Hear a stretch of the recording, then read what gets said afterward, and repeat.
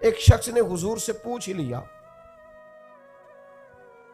एक साहब ने अर्ज कर ही दिया, उन्होंने बात ही कर दी, अर्ज की, ये सुनने अबू दाऊद शरीफ में मौजूद है। कहा या रसूलल्लाह मेरा मुलाजिम बड़ी गलतियां करता है, आखिर कितना को माफ करूं? कोई हद भी होती है,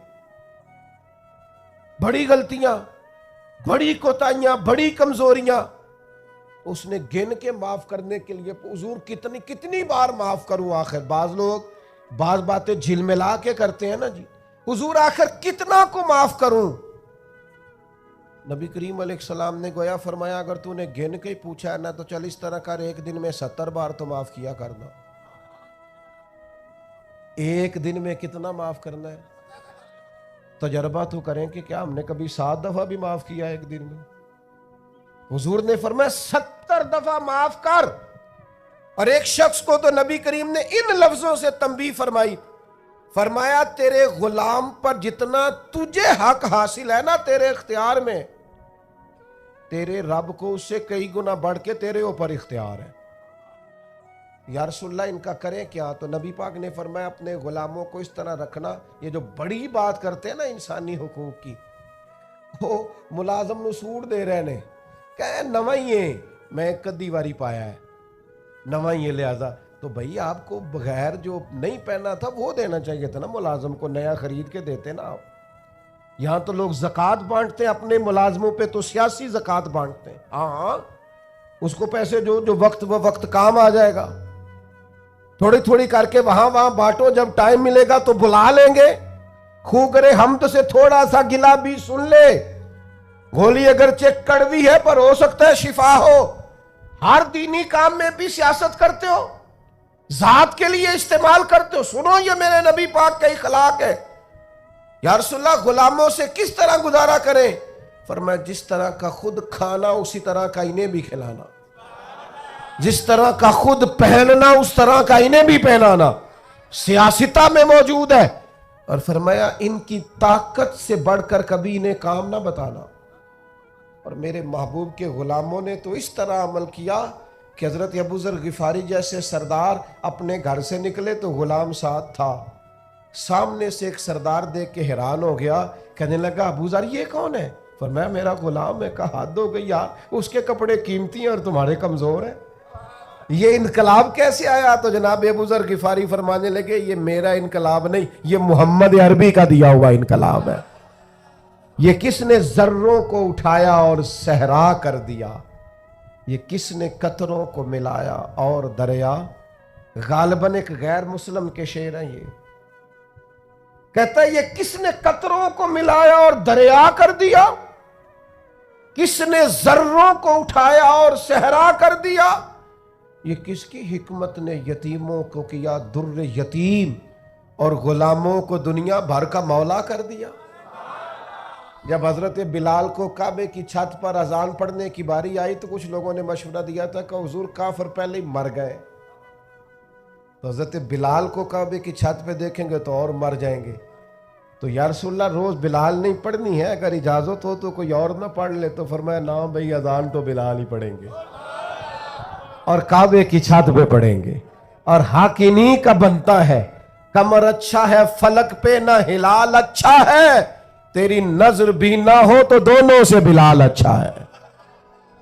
नबी पाक सल्लल्लाहु ताला अलैहि वसल्लम ने ना गुलामों के साथ बिलखुसूस अच्छा सलूक करने का, जनाबे हजरत सैयदा उम्मे सलमा रदी अल्लाह ताला अन्हा बयान फरमाती हैं कि वो वक्त जिस वक्त में हुजूर का विसाल हुआ और वो मर्ज जिस मर्ज के साथ जाहिरन सरकार का विसाल ज़ाहिरी हुआ, फरमाते हैं उस वक़्त भी मैंने हुजूर से जो आखिरी जुमले ज़ाहिरी तौर पर सुने वो यही थे कि नमाज का ख्याल रखना और गुलामों से अच्छा सलूक करना, अपने मातहत लोगों का ख्याल रखना, सख्त लहजा, आमिराना मिजाज।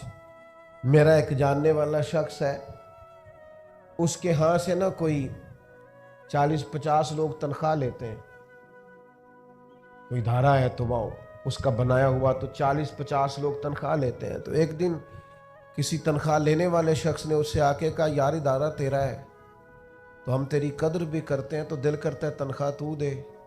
उस बंदे ने रोना शुरू कर दिया, कहने लगा गरीब माँ का बेटा हूँ और किसान बाप का बेटा हूँ, किसी को तनख्वाह देते डर बड़ा लगता। तो अल्लाह ने ड्यूटी लगा दी, डर लगता। अगरचे मेरे साइनों से जाती है, मेरी इत्तला से जाती है, पर मुझे डर आता है, मुझे खौफ आता है।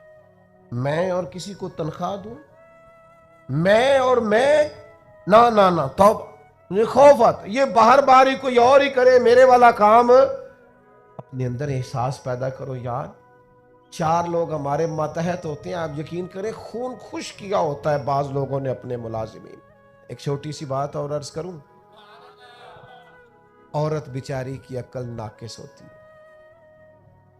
औरतों से अच्छा सलूक, अपनी घरवाली के बारे में रवैया नरम, मुकाबले की फिजा ना पैदा करें अपने घर में। नबी पाक अलैहिस्सलाम ने नाज बर्दारी फरमाई है अज़वाज मुतहरात। हुजूर का सलूक करीमाना रहा है, महबूब की शफकत रही, सख्त तरीन लहजा और रौनक वाला मिजाज अपनी घरवाली के हक में। ये भी अंदाज नबी पाक अलैहिस्सलाम का दिया हुआ नहीं है। हुजूर ने फरमाया तुम में से सबसे बेहतर वो है जो अपने घर वालों के लिए बेहतर है, और फरमाया मैं तुम सबसे बढ़कर अपने घर वालों के लिए बेहतर। दोस्तों के साथ खुश गपियां और देर देर तक खुशगवार मूड, और घर जाते ही लहजा तुर्श, और जनाब आप बाबा मैं थका हुआ आया हूं, मेरे पास टाइम नहीं है ज्यादा बातें सुनने का। ये हुजूर का दिया हुआ इखलाक नहीं है। वो तो लिबास है मर्द औरत का और औरत मर्द का। याद रखिएगा अल्लाह ताला ने ना इंसान को खूबियों और खामियों का मजमुआ बनाया।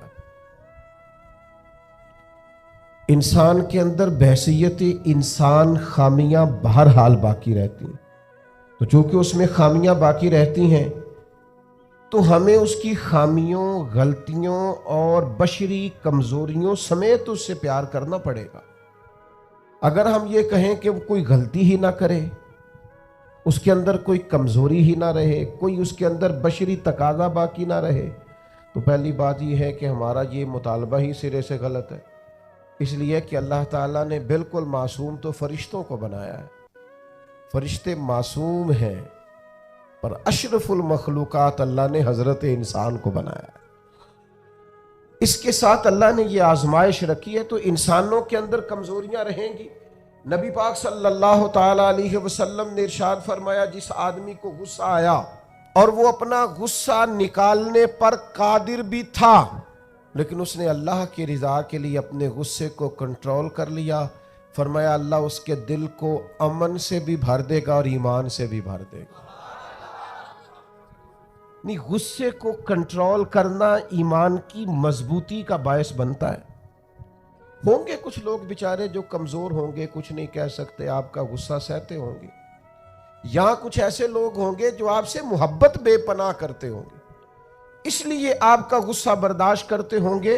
लेकिन हुजूर ने जो हमें इखलाकी रवैये सिखाए हैं, उनमें तो महबूब ने फरमाया वो पहलवान है जो अपने आप पर कंट्रोल करे, अपने आप को काबू में रखे, अपने गुस्से को, गैज़ो गजब को वो जरा संभाल कर रखे। हम अपने आप पर कंट्रोल नहीं रखते।